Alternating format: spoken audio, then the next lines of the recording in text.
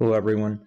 So in this free lecture tutorial, I'm going to follow up on that conversation that we started in class the other day where we were discussing some of the gas laws that we're going to encounter in the second half of chapter 12. And if you recall, basically Avogadro's law did come up.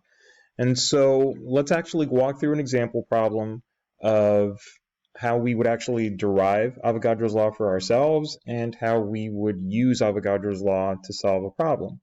So in this problem, I'm told I have 10 moles of carbon dioxide gas. It has a volume of 245 liters, and basically it exists at 25 degrees Celsius, so it should be degrees Celsius, and 1 atmosphere of pressure. And basically, the question is, if 5 moles of the carbon dioxide is removed at the same temperature and pressure, what volume will the gas now occupy? And so, again, this problem's a little bit more complex in the way that it's worded, but the key thing to keep in mind here is that we're holding temperature and pressure constant, and basically what's changing are the number of moles and eventually the volume. And so since we're changing volume and number of moles holding temperature and pressure constant, then basically that signals that we should be using Avogadro's law. And so again, if we consider how gases behave when we vary amount and volume, and again, I mentioned this in class the other day, it sometimes helps to have a model, and basically the most appropriate model for this case is if we think about a balloon as it inflates or as we actually remove gas and deflate it. I think it's pretty evident that as I increase the amount of gas, then basically that means that the volume of the balloon will also increase. The reverse is also true. Basically, if I reduce the amount of gas that's present in the balloon, then the volume of the balloon will also decrease. And so again, this signals a direct proportion.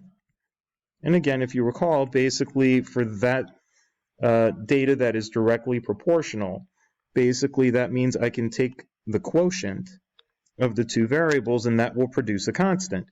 Or if I'm dealing with two conditions of volume and amount of gas, then that means I can expect Avogadro's law to take on the following form. V1 over N1 is equal to V2 over N2. And so if I take this relationship back to the problem, basically again, V1 over N1 is equal to V2 over N2. Basically, if I reread the problem again to isolate my data, basically originally I have 10 moles of gas. I'm going to remove 5 moles of it. So that means that the second number of moles will be 10 moles minus the 5 moles that I would be removing. That gives me 5 moles of gas left inside the balloon. The original volume was 245 liters, and they're asking me to solve for the second volume. And so I'm going to go and solve this equation for V2. And so again, basically I want to isolate the V2. That means I want to move this N2 to the other side of the equation.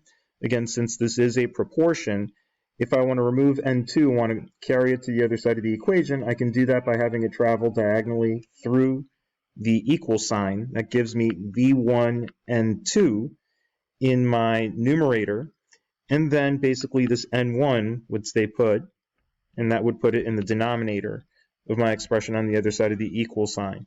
So that gives me V2 is V1 times N2 divided by N1. And so I'm going to go ahead and substitute in now. So again, my initial volume was 10 moles.